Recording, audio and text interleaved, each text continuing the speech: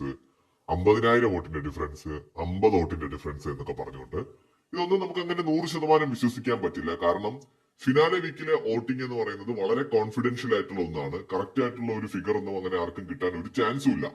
പിന്നെയൊക്കെ rumours ആണ് കൂടുതലും പ്രചരിക്കുന്നത്.